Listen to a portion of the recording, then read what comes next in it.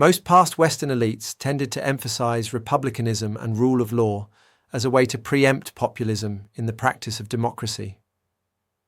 This tendency changed with the end of the Cold War and with what Francis Fukuyama perceived at the end of history. Western countries started marketing Western-style democracy worldwide with the missionary zeal, pushing forward the so-called third-wave democratization, which for some times seemed to have gathered momentum.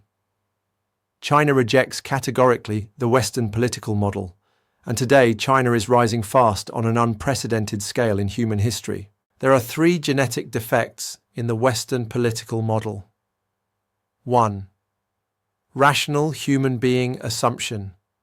It assumes that humans can exercise their reason to think and make rational choices in casting their votes. All relevant scientific studies have proven that human beings can be both rational and irrational. With a growing row of the money in politics and the spread of new social media, there is a rise of irrationality. 2. Absolute rights.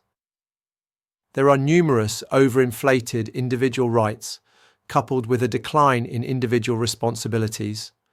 Many rights are exclusive and absolute, leading to conflict of rights.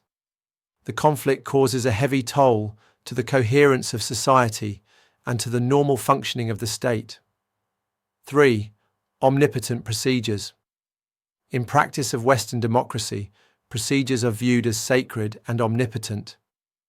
As a result, the Western democracy has evolved into a procedure democracy, and once the procedure is deemed right, it does not matter whoever comes into power.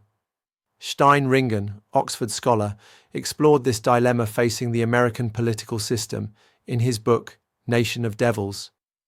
He highlights the uncontrollable legislation as manifested in the fact that all sorts of interest groups are lobbying to have their own interests protected. He described the dilemma that if the US wants to carry out reforms, it needs to amend the Constitution. Yet constitutional amendments have to go through prohibitive procedures. The procedural reforms can hardly be authorized. Once the procedural justice has been taken as justice itself and made absolute, the consequence is often substantial injustice.